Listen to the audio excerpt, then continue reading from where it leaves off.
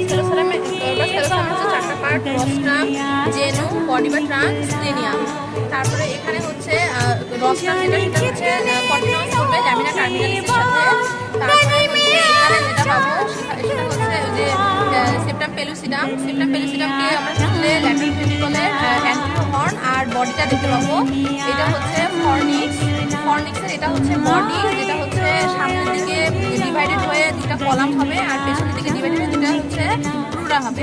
আর হচ্ছে এখানে যেটা সেটা হলো থ্যালামাস। থ্যালামাসের মাঝে